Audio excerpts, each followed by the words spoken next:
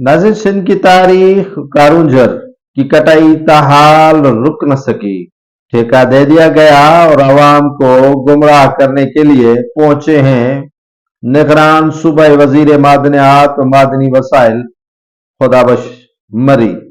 थर में पहुंचने के बाद उन्होंने कौम को यानी थर की अवाम को आगाह किया कि हमने कारूंझर की कटाई ताहाल शुरू नहीं की है, न ही ठेका दिया है। लेकिन आपको मैं बताना चाहता हूं कि नाजरीन, थर के कारूंझर की कटाई भी शुरू हो चुकी है और थर के कारूंझर का ठेका भी दे दिया गया है। नंगर पार करके अवाम को ये मौसूफ निगरान सूबाई वजीर बड़ी समझाने की कोशिश कर रहे हैं कि हमने यहाँ के मादनियात को बड़ी अहमियत दी है। न सिर्फ ये अहमियत है कि वहां के मादनियात को काट काट कर पैसे खा रहे हैं।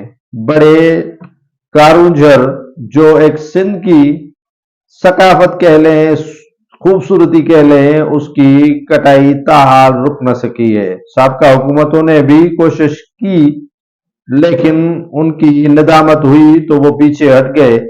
लेकिन निगरान हुकूमत डट गई है कि सिंध के सोने को किस तरह हजम किया जाए। ये अवाम को समझा रहे हैं कि नगर पार करके 25 मजहबी, सकाफती और तारीखी आर्कियोलॉजिकल पॉइंट्स मौजूद हैं, लेकिन हुकूमत उनकी पजीराई नहीं करवाने लगी। हुकूमत कहती है जहां से वसाइल बरुए का यानी जहां से कटाई करेंगे, जहां से खुदाई करेंगे, आर्कियोलॉजिकल पॉइंट से 200 मीटर के फासले पर होगी। इन्होंने फासला नहीं किया।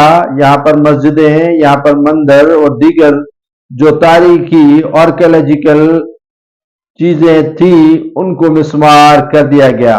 भला वहां पहाड़ों में कटाई करने वाले ठेकेदार को क्या पता कि सिंध की सकाफत और तहजीब होती क्या है।